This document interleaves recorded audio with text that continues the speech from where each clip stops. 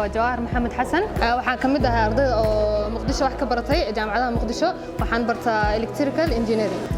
waxaa ka qayb galay training-ka maalinta Axadda 12 bisha maantana waqti insha Allah 15 bisha Khamiista train-kan wuxuu ku saabsanaa robotka aan dhisnay qaabka u soconayo programmadiisa qaadanay macallimiin fiican oo dhigayn qaabka programka iyo qaabka dhismada nala socdeen train fiican siiyeen marka aad waxa uu mahadceliyaa macallimiinta oo wax noo dhigan robotkan wuxuu ku shaqeeyaa sensor kala duwan sensorada uu kala shaqeeyaa touch sensor color sensor waxyaabahaas ka shaqeysiinay anagoo programka isticmaalayna iyo code-ka marka aad ugu mahadceliyaa macallimiinta oo casharada noo dhigayn mid kale waxa ugu mahadceliyaa Mali STEAM Society iyo hay'adda UNIDO agency Italian agency iyo hawlka Hanu